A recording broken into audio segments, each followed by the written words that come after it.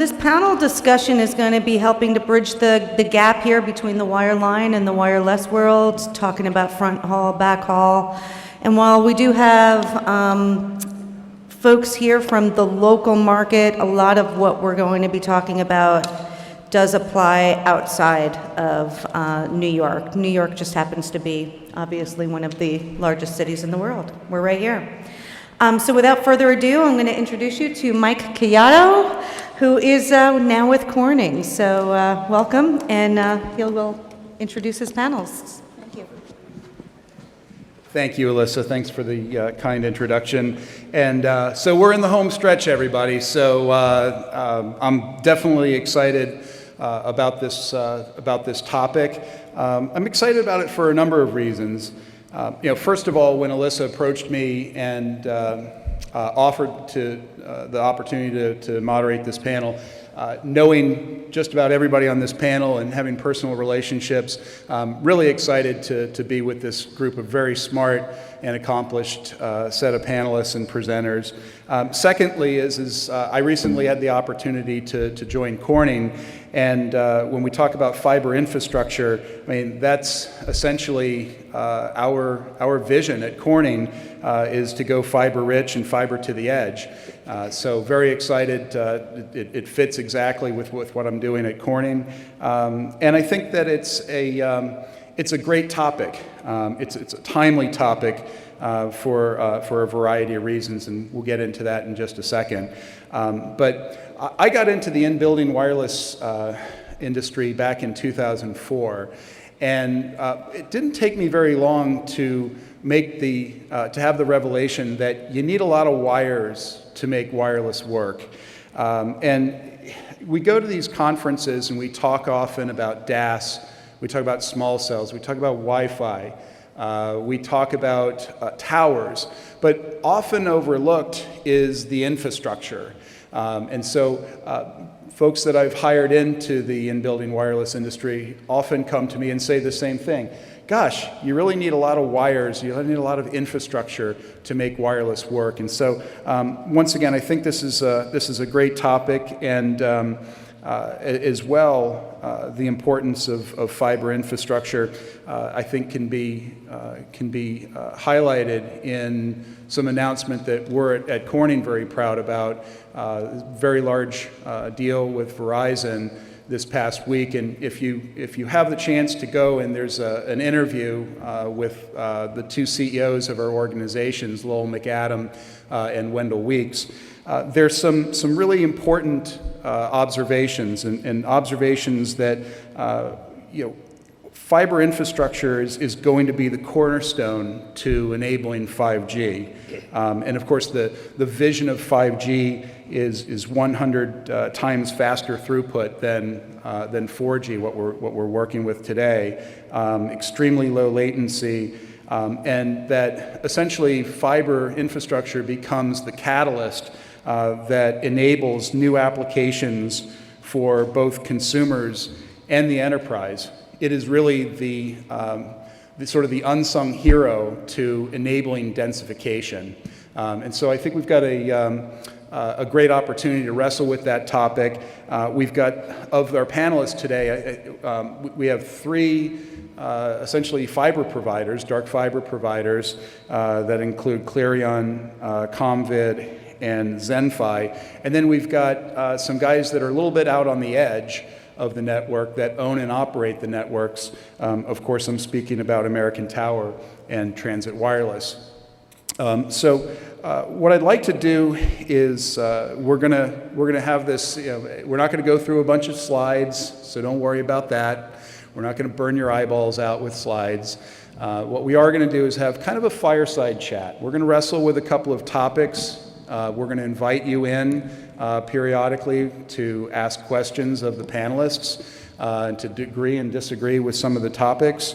And so let's go ahead and get started. What I'd like to do, please, is to ask our panelists because they can certainly make a much better introduction of themselves and their organization and their place within the ecosystem than I can.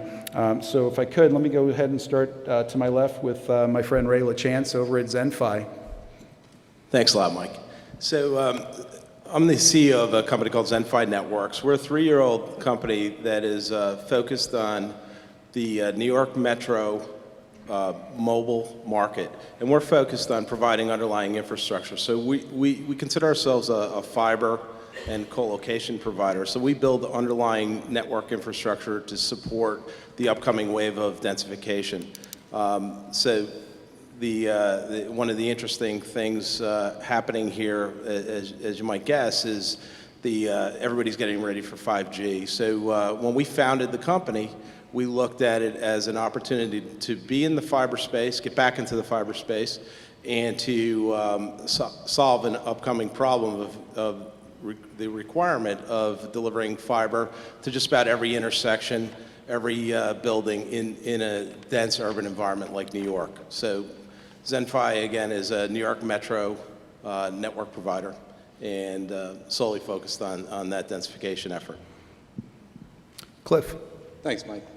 I'm Cliff Kane. I'm co-CEO of Cleareon Fiber Networks. We are also a New York City-based fiber network. Our focus is perhaps a little different, but we are a carrier's carrier. We primarily service the wireline carrier community with dark fiber, Ethernet, wavelength, and co-location access and transport services. So we open up our footprint to access enterprise buildings, and so we were looking. We've developed our core competencies around dark fiber, Ethernet, and wavelengths, and we're looking to extend that to the edge and extend that to the enterprises directly. So, our positioning in the market is really about being a transport and access provider. But what we're looking to do in the future is to push that carrier-neutral type of access and kind of reinvent that whole competitive access provider sector from the 90s and bring that out to the enterprise buildings. So that's basically what we do. Great. If I could, let me skip one to Jason first, just keeping with the fiber providers first. I'm not offended, Mike. That's okay. Sure. I'm Jason Cohen.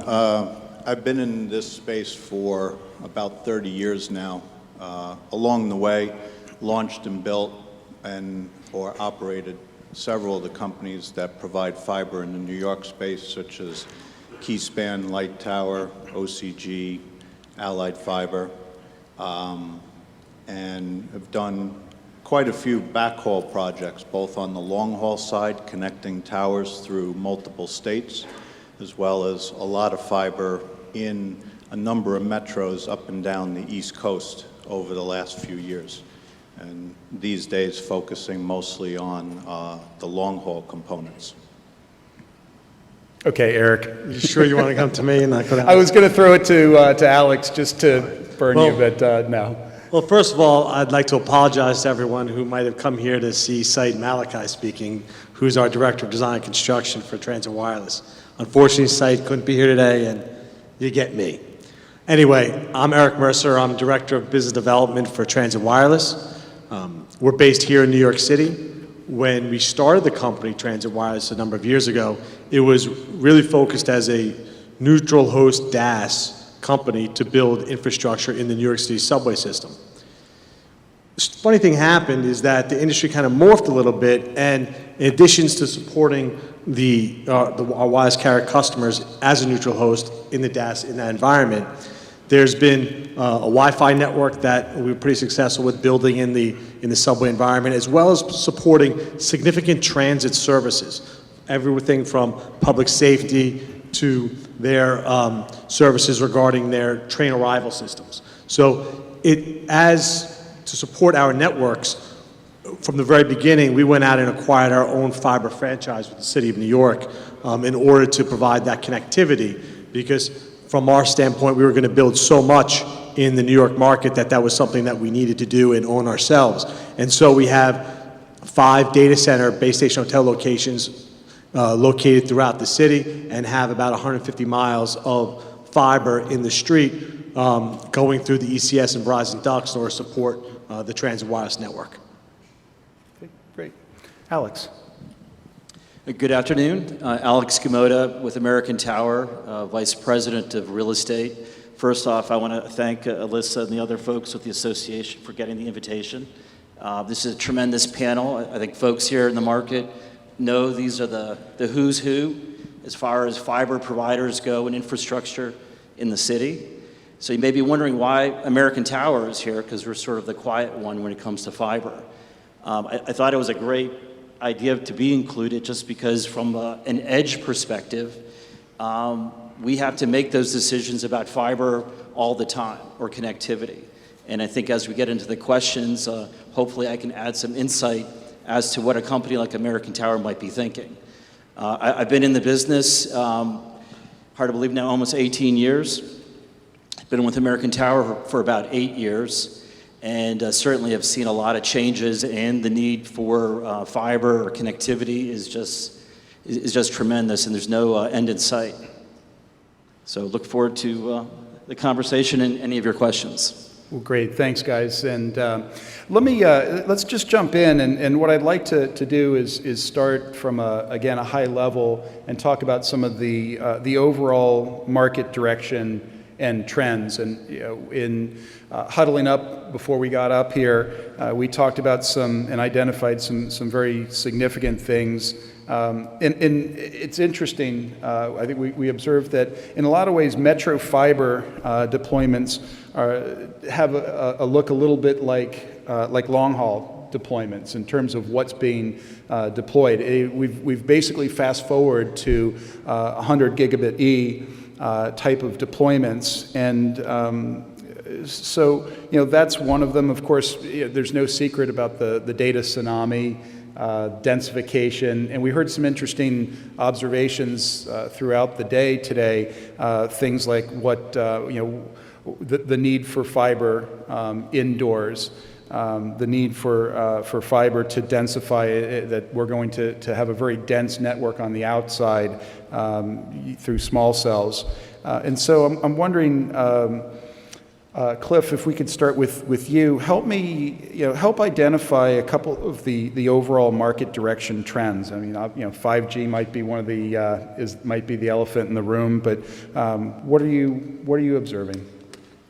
Well, what we're doing is really building our competencies around delivering the transport layer for almost anything that the future may bring about.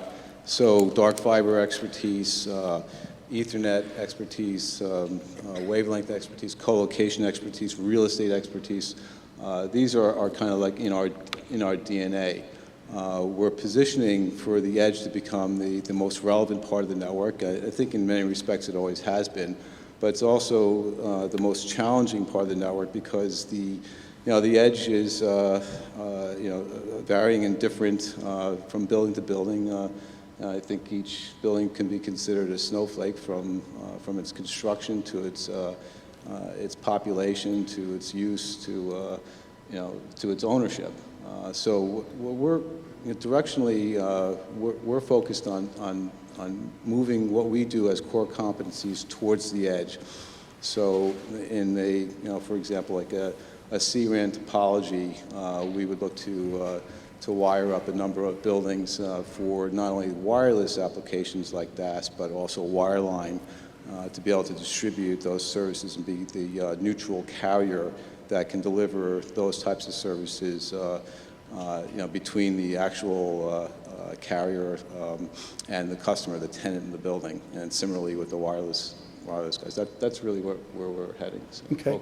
So, Jason, we had talked about this discovery that a lot of existing dark fiber is not capable of achieving the speeds and requirements of 100 gigabit E. Talk to me a little bit more about that observation. Well, some of the older fiber that's out there, it's almost like you went out and bought a brand new Ferrari, but you only have dirt roads to drive on. So it's particularly in the long haul where nobody's built any real true long haul systems across the country in, over almost 15 years.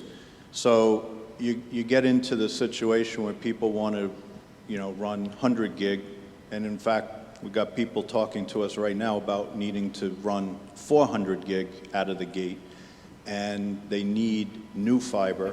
They need fiber that is homogeneous through the system, because there's a lot of Frankenstein networks out there where, as you go through various regions, you're picking up fiber that was the result of different builds, different companies. They were brought together, split apart. So you've got all kinds of core mismatches and issues. But the bottom line is there's a huge, huge need right now for a lot more fiber to be built in the long haul.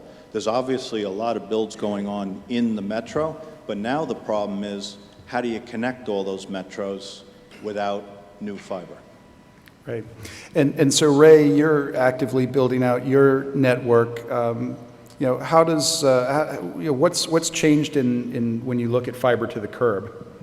Sure. So I'd like to back up for a second and just make a comment about bandwidth. I don't think bandwidth is the problem. When, fiber to the node will get the bandwidth we need, whether it's a gigabit, 10 gigabits to these edge antennas. I think that's clearly sufficient for today's needs.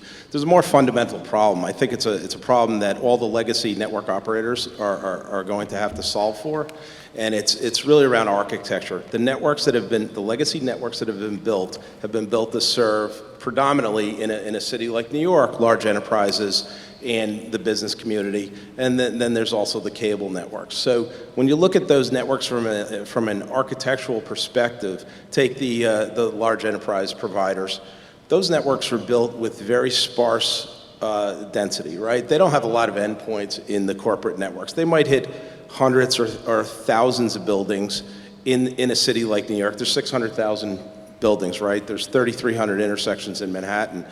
That's a small piece of the pie that has to be addressed. And you look at the cable operators, their networks. Those networks hit everything, but with very low capacity. So when you look at fundamentally what has to be addressed, I think the entire network architecture, the legacy network, becomes the backhaul network. And that's suitable out to cell sites, out to buildings for co-location facilities. But out of those co-locations, you have to reach out with what we call front haul infrastructure. And that's the fiber infrastructure that reaches out and touches antenna locations. Now your density goes from a building every few blocks with a couple fibers to it to an antenna every block, or multiple antennas on a block if you're going into buildings to support in-building systems as well as out on the street level. So the way I see this re-architecture, or we as a team see the re-architecture, is that the legacy network backhaul stays in place. You need to build distributive co-locations out throughout a city like New York, and then you reach out and touch the RF interface with front haul fiber. And that's that is what we really need to do to support the CRAN model. And to accomplish this, there needs to be a whole front haul infrastructure that needs to be built as a complement to what's already out there. So there's a big opportunity. High capacity and highly accessible front haul networks need to be built. They haven't been built yet, and to the density we need. Okay. And so, Alex, we talked about centralization and co-location. As someone that owns and operates these networks, can you help, first of all, help us define and establish a baseline meaning for this, and how is that affecting your world as a trend? Sure, no, that's a great question, and I'd be open if other people wanted to add to my answer. But I think it's, if you're a carrier, and most of our customers are the wireless carriers, you're really looking at three things when you're considering strengthening your network. It's the cost of achieving what it is you're trying to do. It's the speed of being able to actually deploy it and getting something on air. And then it's the predictability of that process. So if you think about those three factors and the issue of co-location or centralization, that could be one of the solutions that a carrier would consider, because from a cost perspective, there's indications that sort of model would make it more cost effective. There could be speed improvements with it. If you do what Ray's talking about and you're using either a legacy network or maybe it's another new network, and then the predictability. Each one of those things in a co-location or a centralization model could be at play. And the idea here is that you're taking, the intelligence that's out at the edge and you're bringing it back to some sort of facility. Call it a data center if you want to, or a telco hub. The question is, how much do you bring back from those edge connections? And how many of these data centers or these telco facilities do you want to have? Because you also need to have some sort of redundancy depending on how big of an area each one of those telco facilities could handle. And I guess the other factor in all this that's driving it, which again, I think folks that are working in the New York market understand particularly from an outdoors perspective, is where do you put this edge gear? Where do you have, whether it's street furniture or street poles, where do you hide this stuff in plain sight? And I think if you look at those different aspects of it, it drives a company like American Tower to look at how do we deliver something for a carrier that can satisfy all those needs. And I think in a place like New York City, obviously, this is a great test bed, petri dish, if you will, where I think we're figuring all those things out probably a lot sooner than other parts of the country. I'd like to camp out on the topic of centralization and co-location a little bit more and invite Eric to comment, because obviously that's a significant part of the architecture of the infrastructure network that you've built. Sure, that's how, our framework of our initial DAS build was our thought process was that, we didn't have the space within the New York City transit system in order to deploy equipment out at the edge at that time. So we built our own data centers throughout the city and used our fiber network in order to connect into each of these individual transit locations. However, I really agree with what Alex was talking about in terms of the price points on this. And without a central hub location and having that access to it, there's significant issues. But one thing that we all know, and it's prevalent within the industry, is that price points have to come down across the board, whether that's the fiber component piece of it, whether it's from a small cell perspective, whether you're on the OEM side or whether you're on the service provider side, as we're bringing services out to the edge and each location is only servicing so much of the capacity of a network, right? So within that, you need to make sure that you're having a cost-effective solution. And without a cost-effective solution, no matter how great of a service provider you are, it's not going to be something that you're going to get over the line when you start dealing with your customers to get something done. Yeah. So, Ray, I remember a couple of years ago, you sat down with our friend Jeff Mucci at RCR Wireless, in fact, on the back porch of your offices, I believe, and talked about and wrestled with this notion of New York City being kind of the shining beacon, this vision of how does New York City become a shining beacon for fiber infrastructure, something that rivals the stuff that's being done in South Korea. Where are we with that, and what needs to, does centralization and co-location play a significant role in making that vision a reality? And we just heard about price. Sure. So New York's an interesting place. It's definitely one of the easier places to find a citywide infrastructure to install your network.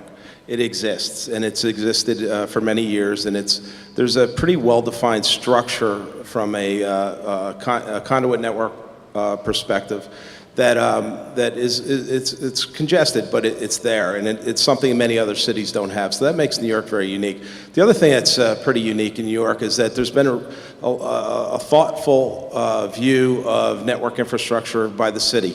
The city organization that oversees what we do from a telecom perspective has really thought through what a mobile franchise looks like, what a telecom franchise looks like, and they created rules of the game.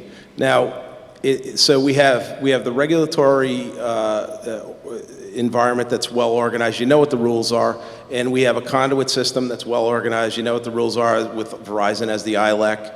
And that stuff, makes things easy. What makes things very challenging in New York is it's a very congested environment, and it's also a very expensive environment to deploy network from a labor perspective.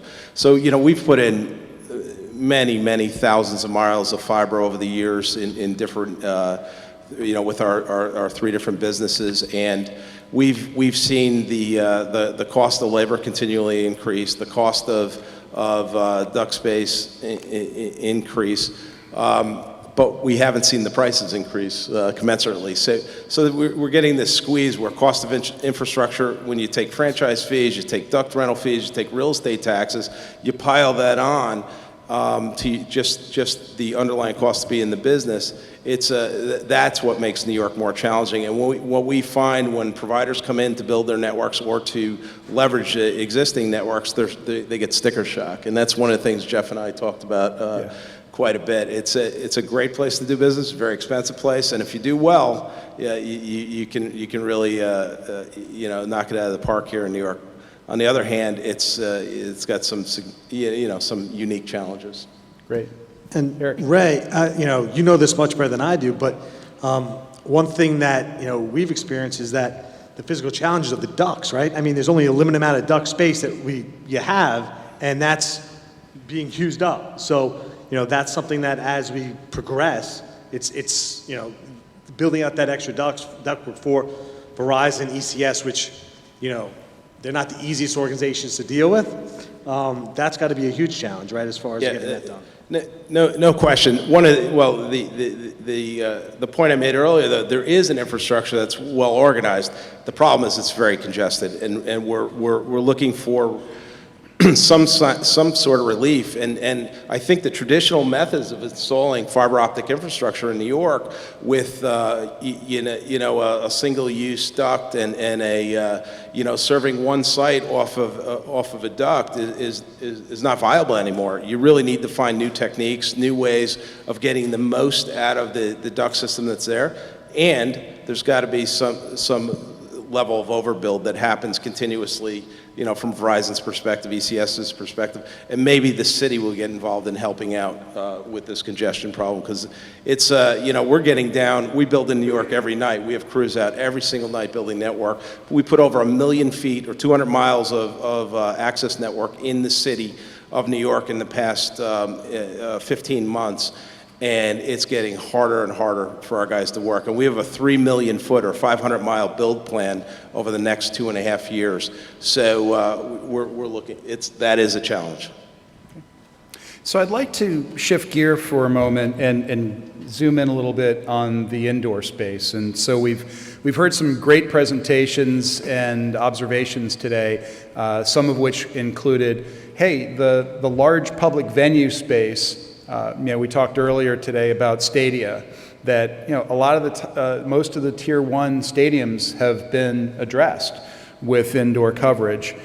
So we've got a mature market that characterizes the large public venue space, and then we also heard a little bit about as well this morning about the enterprise space, this office buildings, commercial real estate, things like hotels and hospitals, and that really started as a jumping off point for, hey, the wireless operators are retreating from desiring to fund these networks and expecting the venue to fund those networks. And I think I always observe that new problems require new thinking.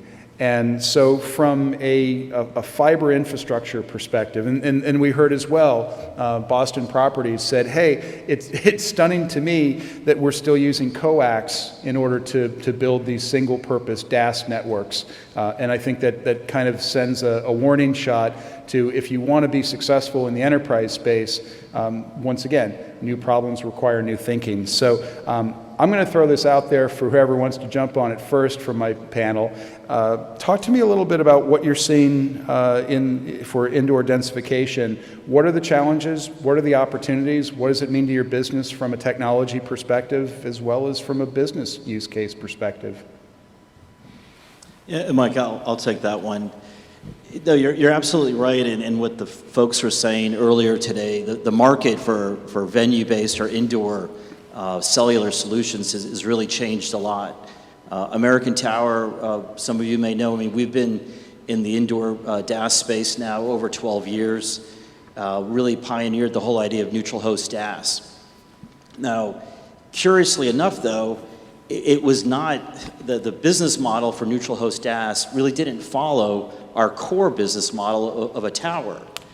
In a tower, you get the real estate, you build the passive infrastructure, and then you let the customers, whoever they may be, to put in their own technology and equipment and own and operate their own network. On the traditional DAS model, that's not what we did, and that's not what people in the industry really have done. So I would say about a year and a half, 2 years ago, in listening to our wireless carrier customers, we really heard from them loud and clear that they wanted to have the flexibility of similar to the tower model, of putting in their own technology, owning and operating the active gear. So we have a product that we piloted and tested it, and it's been getting some adoption. We call it Intelligent Core Network, or ICN, where that's essentially what we do. And by doing that, it also lowers the cost for the carriers to join that network. And then more significantly, and I think, Mike, this gets to the point that other folks were talking about earlier today, now we have a platform that we can go to the property owner or other service providers and say, do you want to join this passive fiber infrastructure that exists in this venue? And it's really a way of trying to change the economics, because we all know what's happening with data, unlimited data, and just the data usage, and what that is doing to the wireless carriers. We need to be thinking about new, different business models. ICN is one of those ways of doing that, as well as a way of attracting those other customers who could utilize that fiber. Okay. Eric, you've got a dog in this one, so. Sure. Yeah. I agree. I think the first thing is you have to take your customers where you find them, right? And as I mentioned earlier, when Transit Wireless first started dealing with the MTA to build out in the New York City transit environment, it was purely a multi-carrier DAS. That's what we were looking at. That was what the business model was based off of, and that's how we approached it. But as things progress, you have to evolve with where you are. And we saw that instead of just building for that infrastructure, we built a dual network right on top of that for Wi-Fi, which the business case on Wi-Fi is still evolving, right? No one knows where that's going to go, right? And additionally, which has evolved over time from our standpoint, which in other venues you deal with a landlord or some other entity, but with us, with the transit authority, there's so many services that the transit authority requires that by us having our network within that environment, having the expertise of understanding telecommunications, the networks, having boots on the ground to do that, it gave us the opportunity to work hand in hand with them to provide solutions to problems that didn't exist when we started out. But as you progress, you need that. Listen, I'm sure people like having the countdown clocks working in the subways. Well, how does that happen? We have to support that on our end. We have to work with, the transit officials in order to see what they want around the bend, because it's always going to be an evolving infrastructure, which brings us to any sort of infrastructure that you deal with, which is the old business model of saying, we're going to build a network and the carriers are going to pay for it. That doesn't work. You have to build a network that you own, infrastructure that you own, and you need to figure out ways to monetize it. And it can't just be based on 4 customers. You have to look at it from a global perspective and how you're going to service the environment that you're in. Great. And so, Cliff, Ray, Jason, we've talked about, you guys want a piece of the action indoors. So what is changing? What is a potential sweet spot?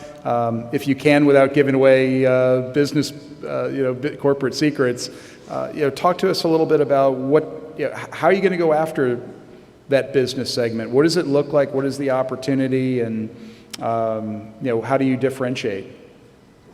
Yeah, sure. So we're very excited about that whole area, and that's what we're really gearing up for. We're gearing up through our relationships with the real estate community and our expertise in real estate and co-location, as mentioned earlier, Ethernet and fiber and wavelength capabilities, and also as a core competency, our ability to deal with carriers, because we are currently a carrier's carrier. But I think what the real issue here is that everyone is going to want 5 bars of service in every nook and cranny of every office building, and we're a strictly business-to-business company, but in every office building in the city, in every city, right? So how do you make that happen? Of course, we all know that there's certain economic hurdles around deploying DAS systems, which they have the carriers pulling back their capital contributions now for that. I mean, and some of these venues are going to be too small. It's past that date. So what we are envisioning and what we're put together actually is the ability to combine the services of wireline providers with a DAS infrastructure. Technically, they're 2 separate infrastructures that exist in the building. You have a fiber riser that services your DAS system and a fiber riser that's going to service your wireline customers. But by tying that to our core network, our transport network, the customers or the tenants in that building can access over 1,000 different carriers, that clouds and financial market services companies and storage companies and what have you that exist in the data centers and carrier hotels and exchanges that our core network ties to. So we think there's an opportunity there to partner up with the building owners, potentially through a rev share type of model, and deliver a full system for not just the wireless end of it, but the wireline portion of it as well, and including all the incidental things that you find in the building, BMS, the video surveillance cameras and whatever else is lying around. And we've been building the infrastructure internally, corporately, to handle that with our back office OSS inventory control system, so we can provision, manage, watch it, maintain it, and provide service assurance to the customer. So the challenge there is really about the capital. So capital, could come from us, it could come from the building owner, it could be a joint venture. But at the end of the day, that's where we see the broad market, or the market broadening greatly, and hence the biggest opportunity. And so let me ask a question. This is going to be a hardball. I'm going to turn up the heat a little bit. So do you envision the role that you will play? Will you be competing with the likes of Transit Wireless and American Tower in owning and operating? In the previous presentation, and I guess here's where I'm going with this, is in the previous presentation, my friend Jay from PCTEL mentioned, hey, indoors, start thinking of building these networks like a fiber provider and not necessarily care what gets passed through. And of course, the thesis of that presentation was converged services, and the definition laid out for us was basically, think of it as communications plus one, right? So with what you're looking to do, having built out this infrastructure, are you looking to own and operate indoors the network? Yeah, I mean American Tower and other neutral host type providers could be our partners in these deals. Clearly, okay. We're really, like I said before, we're a carrier neutral underlying infrastructure. We do layer 1 and layer 2, and actually we'll be doing IP later on this year. So we're climbing up the stack a bit. But at the end of the day, what we facilitate is the transport and access of services to and from, right? So it could be that we are in competition, or it could be that we're in partnership, and we're very broad-minded, and we have the financial flexibility as well to look at a variety of different solutions. And as we all know, each of these buildings is unique in itself. They're all snowflakes, and for a whole variety of reasons, and this brings in a whole variety of different aspects to it. Okay. Guys? Well, the business model's changed quite a bit, though, in the last few years. So in the old days, the carriers just built their own network for themselves. Obviously, there were inroads with towers, the carriers don't own the towers anymore, they go on the same tower. Then it started with, coming on to metro networks in the cities. They would lease fiber from metro providers instead of building their own. Obviously, the same has happened with colos. Now, if you look at the model that they're using, for instance, to build submarine cables across the oceans, they're building them as consortiums. And it's not even so much the carriers, it's also the content companies that are obviously driving some of these. And a new model, and you'll see some of this coming out in some of the new long-haul networks that are going on, are actually consortiums, where instead of you acting as the company that's just going to own it, build it, operate it, and sell fibers, where you are as the partner in the consortium, you have the anchors, which is important because, as was said before, the price has come way down in fiber and capacity. It still costs the same to build it, but what you get for the IRUs and the leases is dropped through the floor. So the only way you're going to get to build the network and to finance it is to get the anchors.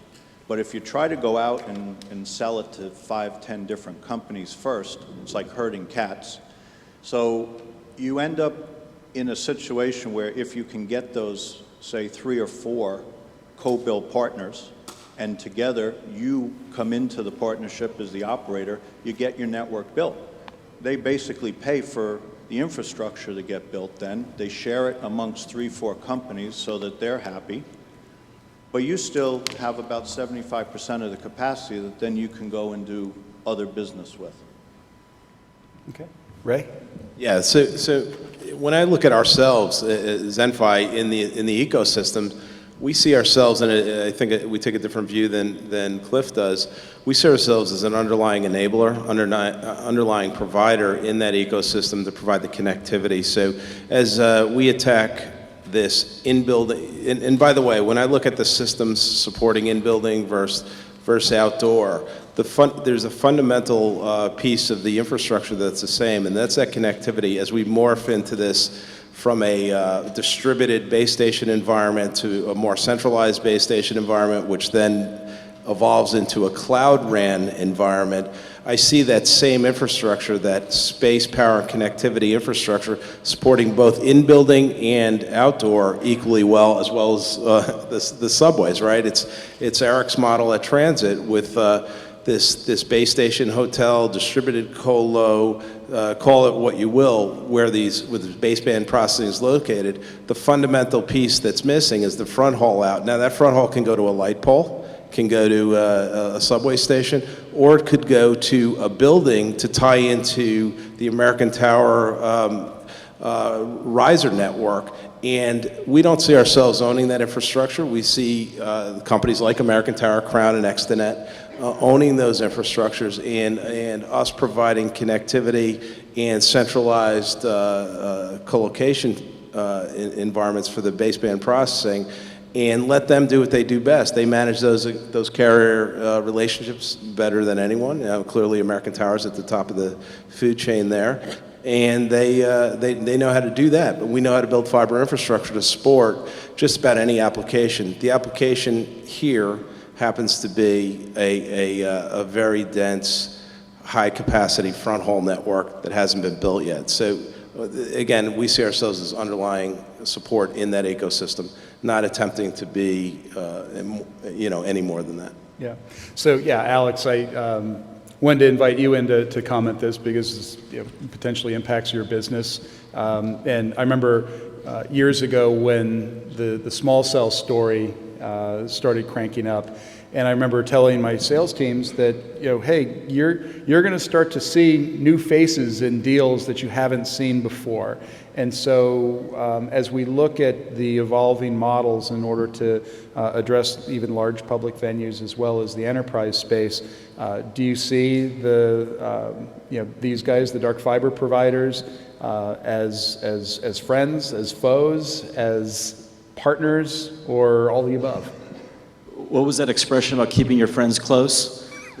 No, I mean, I think the nature of our business is that there's a lot of frenemies, and there always has been, and I think going forward, that'll still be the case. I think it really comes back to we're asked by a customer to deliver something, and it's going to come down to cost, to speed, and then the predictability of being able to deliver what it is they're looking for from a network deployment perspective.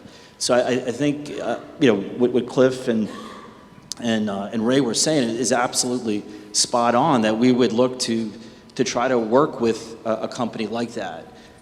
And for those of you who've never heard the term IRU, an IRU is a beautiful thing for a company like American Tower or someone else, because we don't necessarily need to own all the infrastructure. We need to just, as a REIT, we just need to have certain rights that we can capitalize and amortize. So I would say that we have conversations, we partner with all sorts of different people. We sometimes own the fiber, sometimes we IRU the fiber. And I want to go back to, I think, something, Eric, you were talking about, just the whole convergence. I mean, I'll raise my hand that I had never heard of ICT, throwing out another acronym, up until a few years ago, Information Communication Technology, because I was a tower guy and then a DAS guy, and it was always about the cellular network. But information communication technology and that convergence of the two, of IT and CT, communication technology, I think is playing itself out. I think most of you probably have used Waze before. That's a beautiful application of ICT, because it wouldn't work if you didn't have a good cellular signal. It wouldn't work if they didn't have great server farms and bringing it together. Well, that same sort of concept can work on the infrastructure side. There is no reason why you need to have a single carrier fiber network only working for that carrier. It can work for other carriers. It can work for other service providers. And I'll go back to what I talked about at the beginning, which from an American Tower perspective, a good 30%, and hopefully there's no analysts in the room, and I don't want to get quoted, but there's about 30% of our revenue that comes from non-carriers. So why wouldn't we take that same perspective when we look at whether it's venue-based solutions or small cell outdoor solutions? It only makes sense not to have these duplicitous networks, given all the challenges that we're talking about. Okay.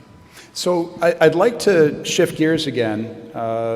Traditionally, we've observed that when it comes to the inbuilt or the DAS market, that revenues are generally 70 to 80% is indoors, that remaining 30 to 20% would be outdoors. So we've talked about some of these market forces, both economic models as well as the pain is starting to become more acute within the enterprise, that venue owners are going to need to begin to figure out how to solve for this problem to enable connectivity indoors. So what about outdoors? I'm going to shift to outdoors. So you've got those market forces. Obviously, you've got 5G looming. This notion of, in order to densify, true densification looks like deploying tens of thousands of small cells, for lack of a better, kind of a general term. It could be ODAS, it could be small cells. You can kind of go through the hierarchy of, macro cells, picocell, or microcells, picocells, DAS, small cells. But what I'd like to ask the panelists to jump in on is what is going to be the impact? Are we going to see a more significant spend in order to enable 5G? There's, of course, FirstNet that was announced a couple of weeks ago with AT&T. How's that going to impact your businesses and your market outlook from a technology perspective as well as a business perspective? So if you just take it back of the envelope, look at this. If you look at the build plans over the next 18 months that we're seeing from Verizon, Sprint, AT&T, and T-Mobile, as well as some other non-traditional wireless carriers, we see 7,000 to 8,000 small cells, street level small cells in the build plan over the next 18 months. That's pretty significant. We got into this business in 2008, building our first network. We built NextG's network. and we built Mobility's network in its entirety here in New York. We did 1,600 nodes back then between 2008 and 2010. Then things slowed down. There were hundreds of nodes built for the next 4 years, 5 years or so. Then all of a sudden, we've seen this massive uptick, right? And there are 7,000 to 8,000 nodes on the table. We're doing 7,500 nodes for a network we're building that's for a non-traditional carrier, that's fiber to the curb. So you look at the capital that's being planned to be, or that is being deployed today, it's a massive undertaking. So it's a massive infrastructure build that we haven't seen in the wireless space here in New York City ever. Yeah. Eric, you're underground, but Was that, well, you got that fiber infrastructure. yeah, I will say that if you thought, the densification has taken hold, you haven't seen anything yet. Because, it's not going to be DAS. It's going to be that small cell 5G rollout that, everything's going to get to the edge. And you think we're at the edge, but we're not. Because everything is requiring more bandwidth, more connectivity, and it's just the evolution of the business. So I would say I agree with Ray. I think there's a lot of opportunity, but I would also say that the right partners have to come with correct business models and understand that you need to partner with with who you're talking to and look at it from a global standpoint. Don't just try to make your whole business case based off of one customer or two customers, and that's how you're going to recoup your investment. Your investment has to be a long-term perspective, taking into effect that you're an infrastructure provider and you're looking to maximize your abilities with your infrastructure that you bring out to the edge, but utilizing that for multiple platforms with multiple providers. Okay. I got to jump on this Bachman-Turner overdrive, you ain't seen nothing yet headline. And if I could, let me pivot for a second, and we've got some more time left. I would like to invite some audience questions, and so if somebody's ready to go, raise their hand and we'll get a microphone to you. Alex, it looks like you're about ready to lean in with perhaps a follow-through to that, or maybe Cliff or Jason, you've got a comment about the outdoor. Well, why don't we see if there's some questions first? Microphone. We'll just grab one.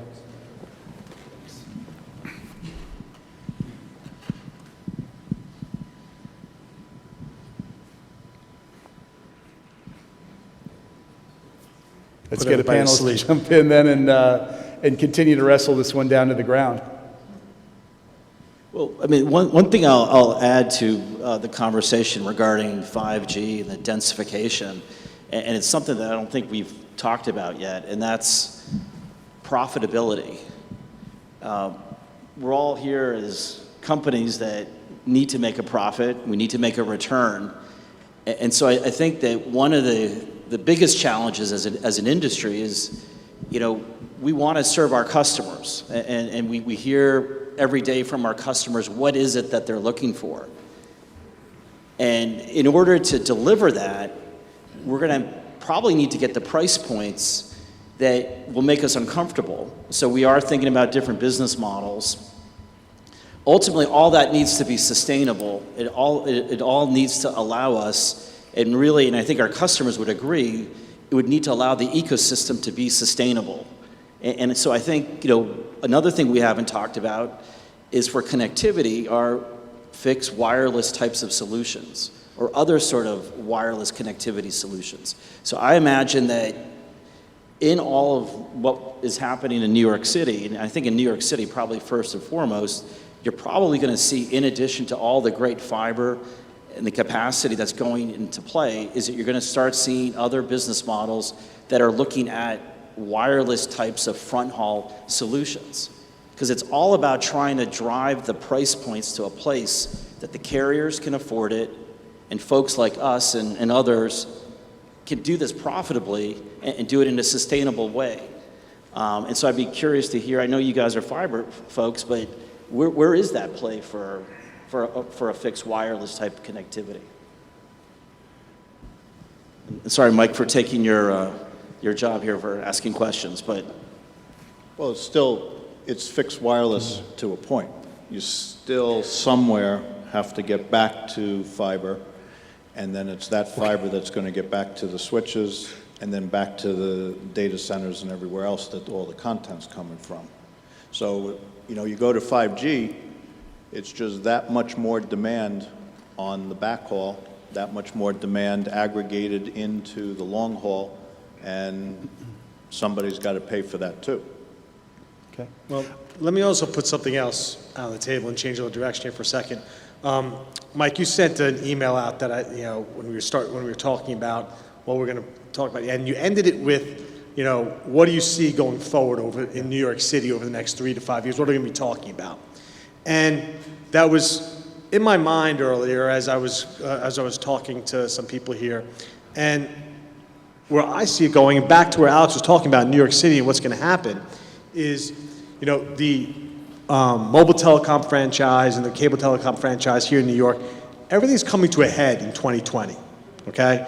And, Deputy Commissioner Al Jenkins, who's here from Do It, is under his leadership and his input, Do It is really looking to see how they're going to reallocate their franchisees and what's going to happen in terms of delivering broadband services throughout New York City.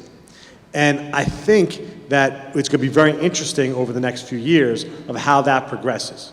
And that's going to be the basis of how these business models are going to evolve. Because without a partner in the municipality, it's really hard to achieve the goals of everyone in our industry, right? And I think, there's been evolution in the mobile telecom franchise from when that started a number of years ago. And the concepts behind it was great. But right now, there's thousands of locations for pole tops with DAS that there's only a limited supply of those locations going forward. And as we talked about with additional rollouts, there's going to be a need to get close to the edge, close to the edge, close to the edge. And I'm really encouraged by what's going on from the city perspective and how we're going to work together as private and public entities in order to get that connectivity out to the edge. Yeah, great point. I think I've got about 2 minutes here and want to keep us on schedule. I would like to ask a question. It seemed as though we heard a couple of requests throughout the day. From AT&T earlier, we heard, hey, venue owner, you need to pony up for these networks. It's not going to be all of us. We heard from the venue owner that, hey, we need to find different models, again, harping on the coax model. How do we need to do more fiber to the edge. We need to find a way to deliver more services on the infrastructure. So let me give you the opportunity to call out to other members of the ecosystem, as owners and operators and dark fiber providers. What is your ask of perhaps the carriers, of the venues, the systems integrators, the OEMs, if you had a simple ask or a complex ask, what would it be? All right, I'll take that too. I think it's been touched on, but let me just say that it's a complex question that everyone has to come to the table. And no one wants to hear, I've got to pony up, or I don't want to pay the full rate, or what it's going to be. But at the end of the day, we're all in a business, and that business needs to have a return. And, but you have to come to it with the understanding that you can't just have one party paying the freight for everything. So is it fees that carriers have to pay? Sure. They're not, and I heard that. There's some venues that, carrier's going to say, I'll connect, I'll give you signal strength, but I'm not going to spend my time and resources, paying fees in order to access that facility, because they've done their analysis on it. They know that that's not worth it to them, comparatively. They're going to put their dollars someplace else. They will put their dollars someplace, and, you just need to understand that it's not all going to come from one enterprise. So you might need to deal with the venue owner. Or in my case, it's been the transit authority might have to pony up certain services. Or we run our own Wi-Fi network, so it's dealing with the cable companies who want to, proliferate their Wi-Fi network. It could be, someone who wants to, digital advertising and supporting that. So you need to look at the venue that you're looking to acquire or that you're looking to deploy to and understand the entirety of the ecosystem. And as long as you're fair with all the parties involved and you're providing a service for a benefit that they're getting, everyone's willing to pay for a benefit that they receive.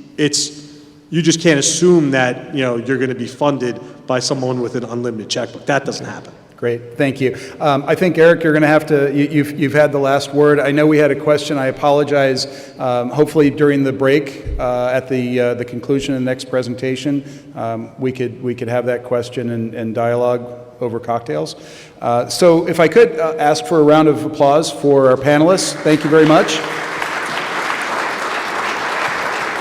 And again, these folks would certainly invite further discussion during the cocktail session. And I know Alyssa's going to introduce my good friend Mike Rosato, who's going to help us finish strong and share his insights and other hijinks. Thank you again, everybody. Thank you.